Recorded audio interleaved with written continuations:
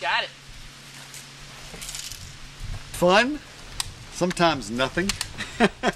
Usually nothing. Get better every shot. It's a way to get away from the phone, the computers.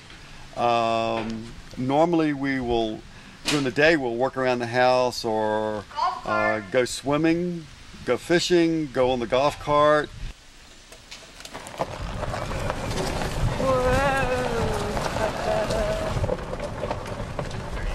There are a lot of neat plants in this area, none of which we've figured out yet. You know, we see all different kinds. All kinds of pretty ferns, mountain laurels,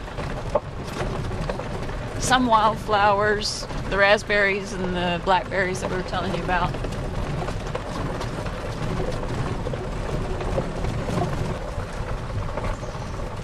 I mean, you know, we try to recycle, drive an electric car, an electric moped. My husband drives a gas moped, but still it's a moped, you know, not a big guzzler.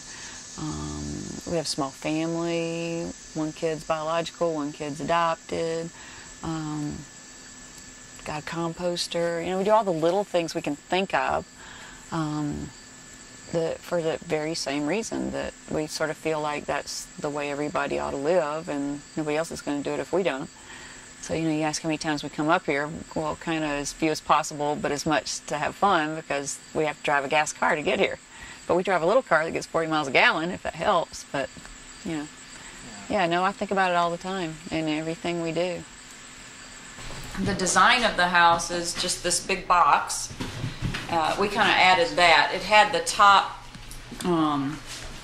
bedroom, and then when the carpenter built it, he said, why don't you just put a floor going all the way across? And then it has these two storerooms that you probably didn't even notice when you walked out.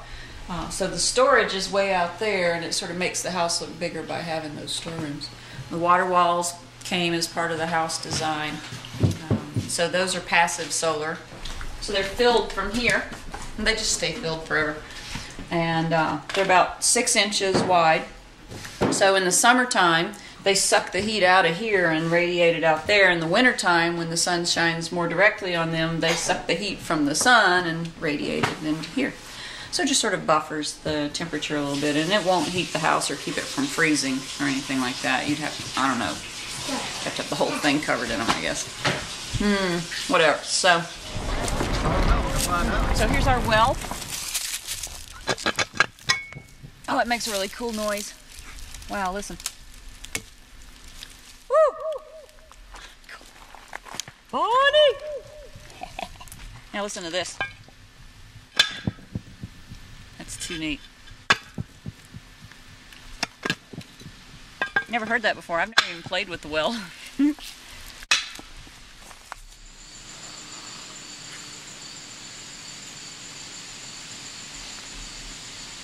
And my dad, the engineer, who built a coal conveyor and drove us up to see the coal conveyor belt. It's like this thing that goes over the street, over a whole highway, taking coal, right? Because Alabama's a big coal place too. And he says, yeah, there's going to be enough coal until my grandkids are around. And I'm 6, you know, I'm Brian's age. I'm thinking, okay, wait a minute, your grandkids. So you're talking to my kids. You mean we're going to run out of coal when my kids are around? So we're not. There's still a lot of coal. There's enough coal, depending on how much you use it, for between 100, 200, 250 years. But still, that's not very long. So you're looking at a resource that you could actually run out of. Something that your whole world is depending on, and you're going to run out of it. So, you know, he worked really hard, and of course I had plenty of respect for him. He died when I was 18.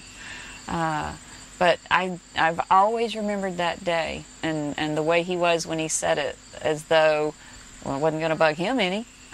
And, okay, there's enough for me, but there's not going to be enough for anybody after me. We only have a range of about 30 miles to go-kart. Of course, up in the mountains, probably only have about 5 or 6 miles, because going up and down the hills really drains the batteries. But I haven't run out yet. So. Have you ever gone all the way down and back? Oh, yeah. Pick that up now or later? Later. Oh, I'll get it now. You'll get it or me? I'll get it. Brian and I were BB holes. Target practice. That's pretty good. Was he aiming for the letters? Those are mine. Oh.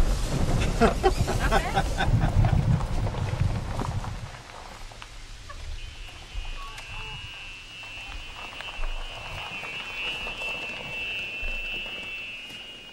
The windmill we decided to mount to the house probably wasn't such a great idea in retrospect, because when it's going, it's turned off right now, when it's going it sounds like a helicopter's landing on your roof. Like that all night long. So, whoops. But given that we were on the top of a mountain, we would have otherwise had to put it on a tower. And where would we put the tower? So, I guess the price we pay to have almost free electricity was a lot of noise. And it is noisy. And, oh, poor thing. From out here, you can see those same water walls, and notice from out here they sort of look like some kind of funky window. So it's got a fiberglass panel, so the light can go through it, but remember the light changes to infrared once it passes through a greenhouse. That's technically a greenhouse. So you can see the Jefferson stairs. Probably they were invented a long time before that, but maybe he's the one that codified it and made them popular. And they really don't take up much room, so this whole staircase takes up this much room. 5.5 feet maybe of floor space. So you can look in the bathroom, the teeny little bathroom with the pocket door. What's that noise, Rusty? I have no idea. Is it the microwave? When you flush the commode and the water to fill up the tank in the back, that's the water you use to wash your hands.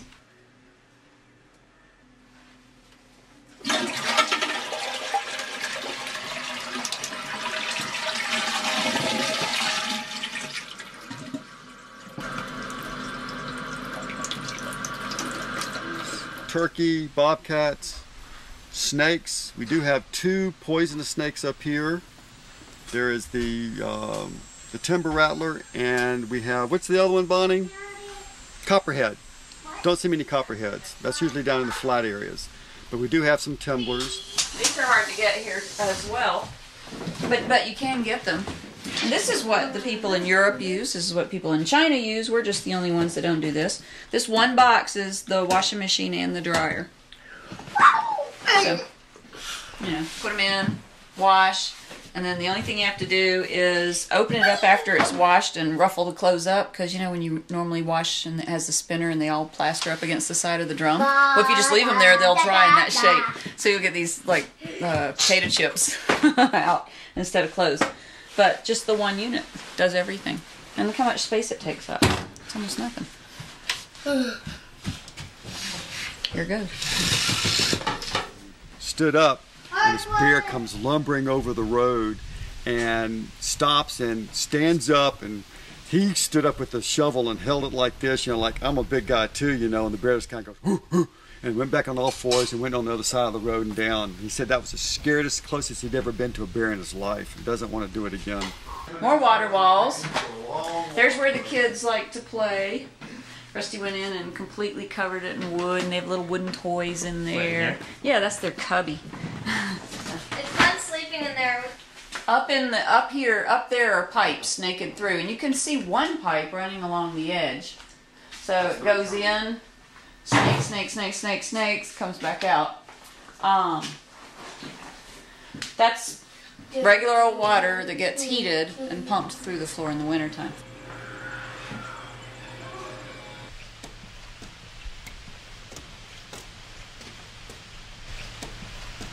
Planet Bonnie. That's what I say on Planet Bonnie. And I learned that from my postdoc.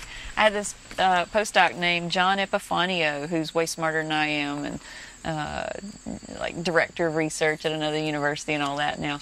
But he used to say, on Planet Epifanio, it would work this way, and I just adopted that. So I say, on Planet Bonnie, this is what would happen.